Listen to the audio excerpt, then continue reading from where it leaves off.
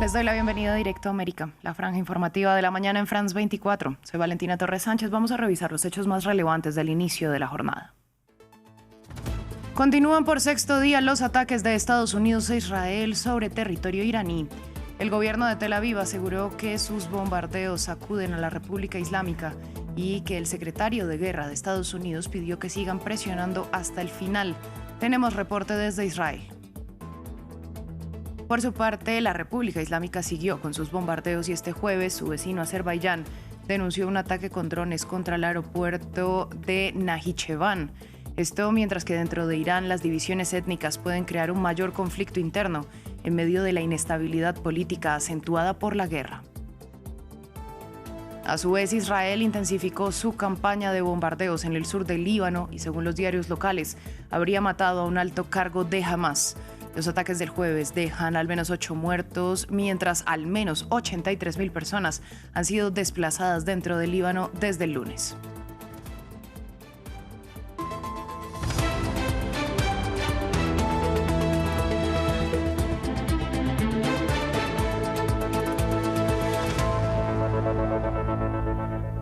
Damos inicio en Irán, donde por sexto día Estados Unidos e Israel continuaron los bombardeos y las cicatrices en el corazón de Teherán ya se hacen visibles. El ejército israelí afirma que sus ataques siguen sacudiendo al régimen iraní. De otra parte, las autoridades de la nación persa aseguraron que mantienen el control del estrecho de Hormuz y añadieron que los buques que no cumplan con los protocolos legales podrían ser atacados o hundidos. Nosotros conectamos a esta hora en Haifa con Yanira Gómez Muñoz, corresponsal de France 24 para Israel y los territorios palestinos. Yanira, buen día. Hablemos de cuáles han sido los pronunciamientos más recientes de Israel sobre el actuar de Irán y sobre la respuesta iraní.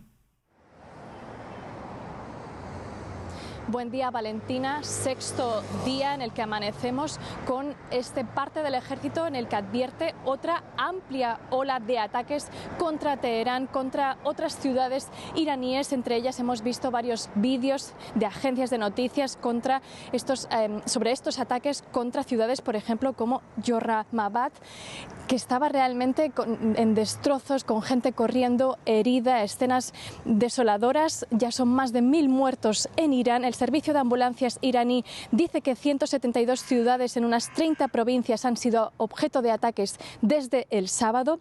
Como bien decías, el ministro de Defensa Israel Katz ha hablado con el secretario de Defensa estadounidense y le ha dicho, según Katz, que sigan atacando hasta el final, que Estados Unidos está con Israel en esta tarea, mientras que desde este lado de aquí, la mañana, o mejor dicho, entre la noche y la mañana, han continuado las sirenas a lo largo de Israel, especialmente en el centro, pero no solo. También estos misiles balísticos afectan el día a día de Cisjordania ocupada, que no tiene refugios, como ocurre en Israel con otras ciudades de mayoría palestina. Estas tandas de misiles iraníes, como decía, hacia el centro, uno ha caído en área abierta, siempre según el reporte del ejército, porque estamos siempre con sus informaciones y bajo censura militar a este respecto. A veces, como aquí en Haifa, se oyen estas interceptaciones, estas explosiones por interceptar el misil. El ejército israelí también ha dicho que considera que los ataques iraníes están en declive. Esto puede ser, como decíamos ayer, porque está racionando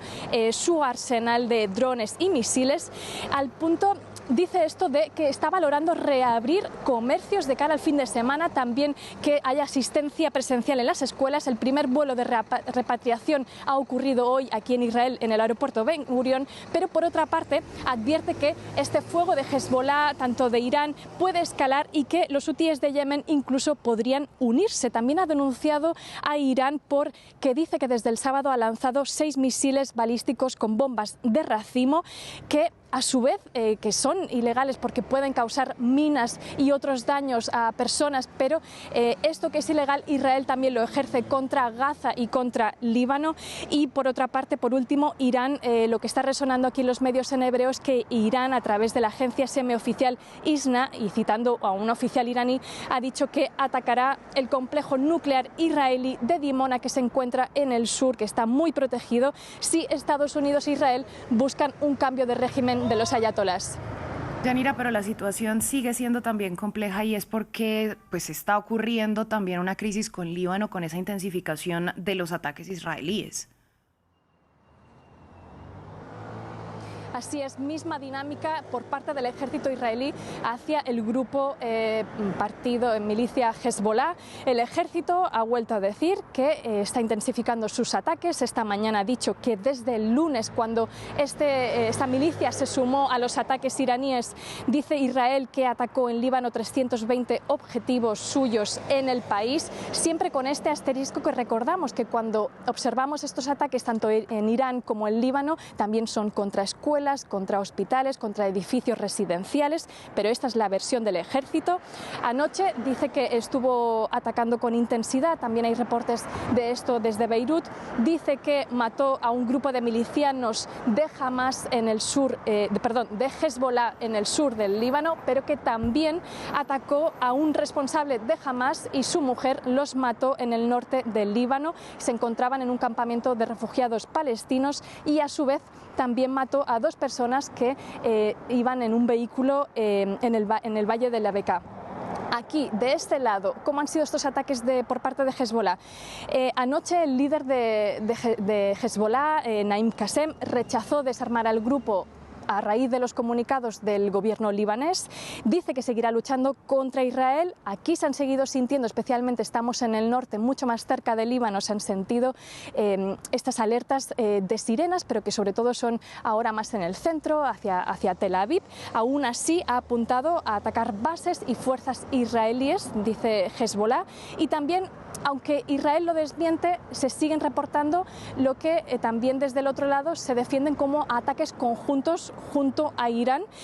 En este momento, como bien decías, el foco en Líbano son estos desplazados que los ataques israelíes están causando, más de 83.000 ya, y la ONU ha aportado un nuevo dato que en conjunto con lo de Líbano, con lo de Irán, con Afganistán, en Pakistán, como está la región, ya reporta más de 275.000 desplazados en Medio Oriente.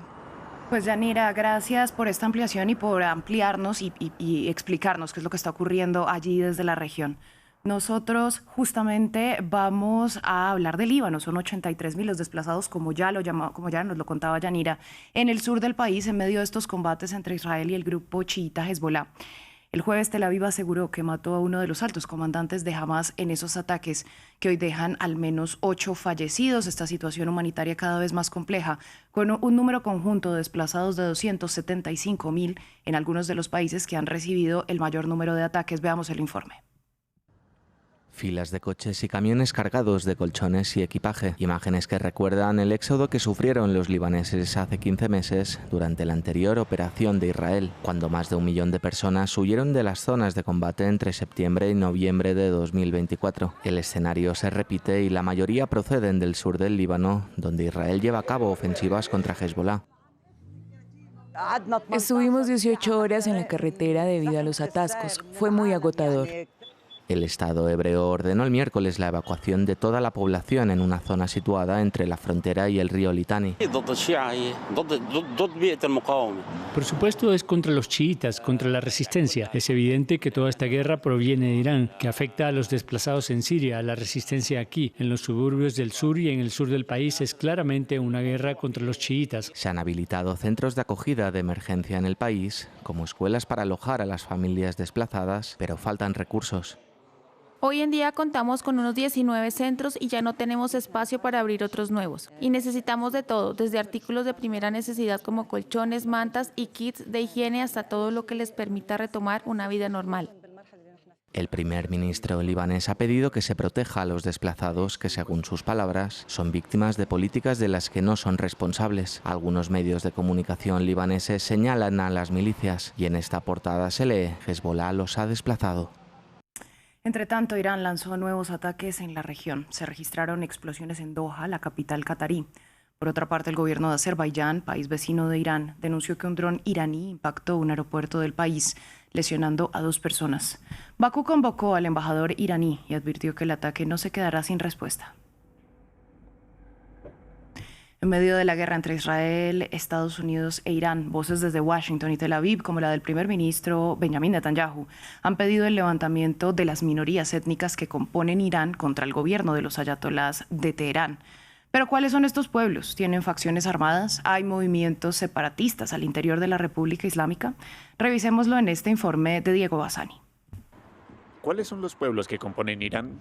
En el marco de la guerra con Israel y Estados Unidos, las autoridades de la República Islámica, dirigida por los clérigos chiitas, han hecho un llamado a la unidad. Sin embargo, sus enemigos han instado a las minorías étnicas a levantarse en contra del Ejecutivo de Teherán. Ahora es el momento de unirnos para una misión histórica. Ciudadanos de Irán, persas, kurdos, azeríes, akbasíes y baluchíes. Es el momento de unir fuerzas, derrocar al régimen y asegurar su futuro.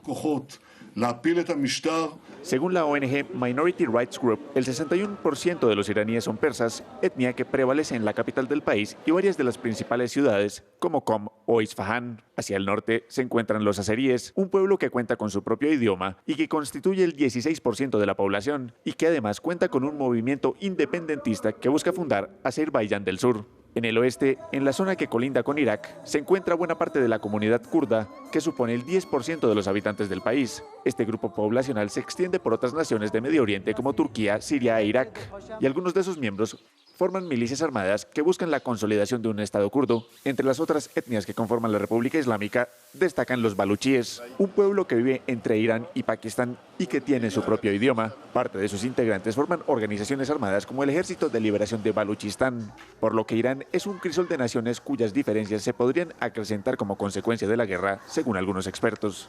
Los nacionalismos no persas de Irán parten del resentimiento de la centralización de Teherán. Me quitan mis recursos, me asimilan, me impiden mis derechos de autodeterminación, sobre todo en el caso kurdo y en el caso de los baluches, que en mi opinión son los dos movimientos nacionalistas más potentes. Sin embargo, es relevante recalcar que a pesar de la diversidad étnica del país, alrededor del 90% de la población practica el Islam chiita, mientras que un 9% se siente identificado con el sunismo, siendo la religión el elemento unificador del país, conforme la legislación aplicada por los ayatolás a los más de 90 millones de habitantes.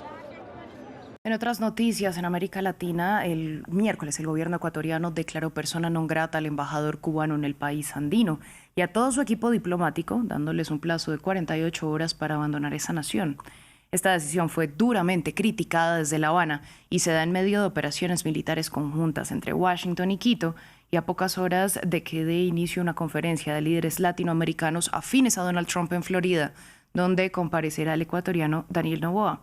Veamos el informe de Marta Moya. Quito abre una brecha en sus relaciones históricas con La Habana. El miércoles la Cancillería de Ecuador catalogó persona non grata al embajador cubano Basilio Antonio Gutiérrez y también a su personal diplomático. En la víspera el presidente Daniel Noboa canceló vía decreto, también sin causa aparente, las funciones del embajador ecuatoriano en la isla. En virtud de esta decisión adoptada en el marco de la Convención de Viena sobre Relaciones Diplomáticas y de las atribuciones soberanas del Estado ecuatoriano, se ha concedido un plazo de 48 horas conforme a la práctica diplomática para que el embajador y todos los funcionarios de esa misión diplomática abandonen el territorio nacional. La Convención de Viena permite a los países declarar persona non grata al personal diplomático sin necesidad de dar explicaciones. Sin embargo, el gobierno cubano rechazó enérgicamente la decisión del país andino y relacionó la medida con la actual postura de Estados Unidos contra el país caribeño. Se trata de un acto inamistoso y sin precedentes que daña significativamente las históricas relaciones de amistad y cooperación entre ambos países y pueblos. No parece casual que esta decisión haya sido tomada en un contexto caracterizado por el reforzamiento de la agresión de los Estados Unidos contra Cuba y de las fuertes presiones del gobierno de ese país a terceros estados para que se sumen a esa política. Frente a la embajada cubana en Quito, algunos manifestantes corearon consignas contra la medida de Noboa y también apuntaron a Donald Trump. En mi caso como asambleísta presento las disculpas porque no es del sentir del pueblo ecuatoriano, es realmente los disparates de un cipayo de Donald Trump. Y lleva la política exterior ecuatoriana de acuerdo a los lineamientos del presidente de los Estados Unidos, Donald Trump.